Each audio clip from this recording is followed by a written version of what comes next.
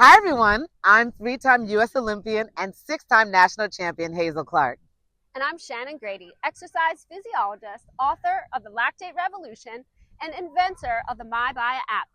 And we are so excited to partner with MileSplit to bring you an educational series specifically designed to help high school athletes optimize their performance. This series is data-driven with elite-level coaching insights to maximize your potential. That's right. Follow us on milesplit.com. It's time to revolutionize your performance.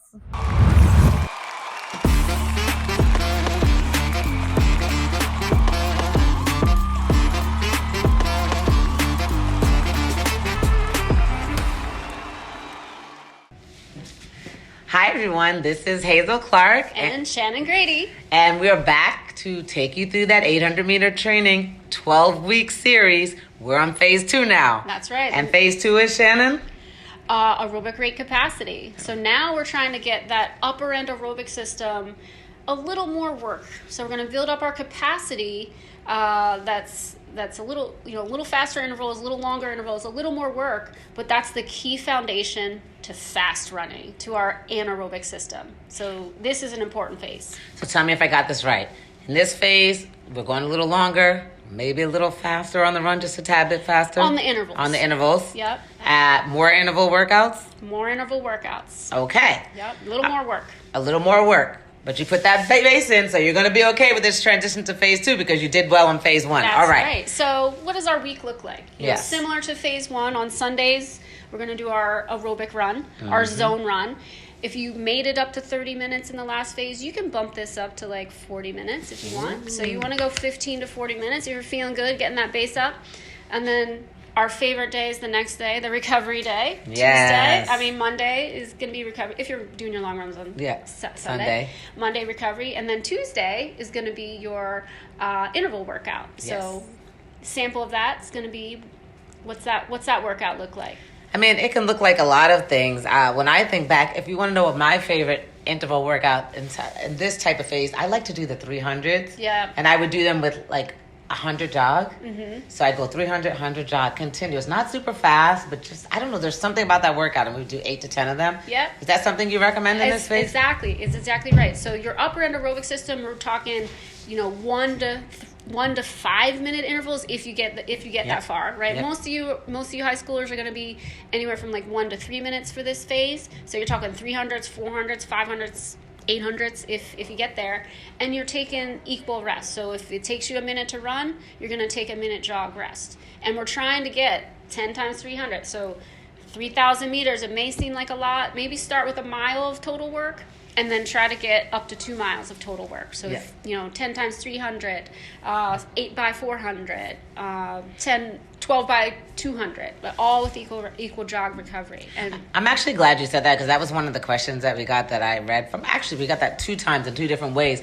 But really, athletes asking about that recovery and how to know what the right recovery is. And I mean, what's your answer to that? If somebody runs 4 minutes, how do they know what their recovery should be after that? Is it always equal, or do you go by your body? Well, when you're doing upper end aerobic workouts, so we're not quite sprinting. It's more like 3K pace. We keep kind of going back to that reference. The max rest you really want, so the max work interval you want really is 5 minutes, but the max rest you really want is 3 minutes. Yes. That's the max rest you really want to take. So if you need more than 3 minutes, you're probably going too fast. Yeah. Probably going too fast. And coaches, I just want to say to you, when you throw those 800-meter runners in with possibly cross-country, more type 3,000, 5,000, 10,000 kids, don't be afraid to tailor the workout. In other words, it's okay to say, Jenny, the 800 runner, you're going to do less intervals. You're going to stay with the group for this many, or you're going to take one off. Exactly. My brother was good about giving us one off, and then you have to recover and finish. Right. And just kind of teaching them to tailor their workouts and tailor their plans. It's so funny how everybody can get where they need to be, but you tweak those workouts and make them work for everyone. They can still work together, right? Exactly. So in this phase, if you can only do a 2-minute interval, that's fine. But Yeah. if somebody can do a 3-minute interval, that's fine too.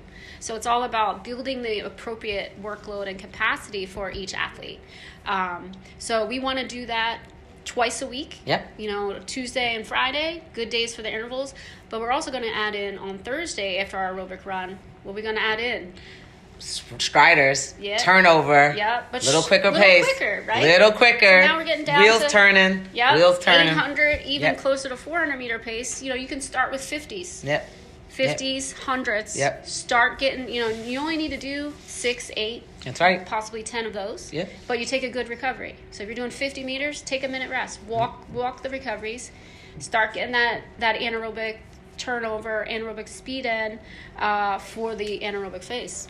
There you go. All right. I think you've given us everything we need for this phase to get through this phase. I think I did. And you all know what time it is. It's time To revolutionize your performance. Let's get it, guys. You know, we have a lot of high school coaches that tune in and ask questions. Many of them are just trying to learn how to train athletes, maybe came from a different sport and taken over cross country and track and field. Some of them have said that it's really challenging for them to have athletes that are in different places. Maybe someone that's, you know, not as fit as the next athlete in maybe a cross country runner training with the 800 runner that they're trying to build base for. And I talked in the last episode about how you were able to tailor workouts, still allow us to work together, but tailor workouts so that an 800 type of cross country runner like me might get a different break. Can you kind of take us through what you would do in that case for those high school coaches?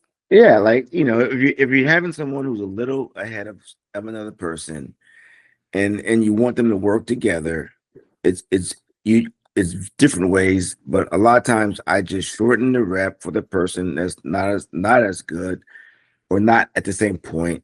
I shorten the rep, or sometimes they do the same rep and then you skip a rep and let them catch up with their you know, aerobic and their breathing, and then you go forward to the next rep. But you can do less reps, less distance, more reps, or you can just do as much as you can, and you have to coach. There's no analytic you have to coach and say, okay, that's enough. And we don't want you killing. We very rarely go to the well where you're laid out. In the high school. especially in that preseason phase, right? You're just getting some work in, right?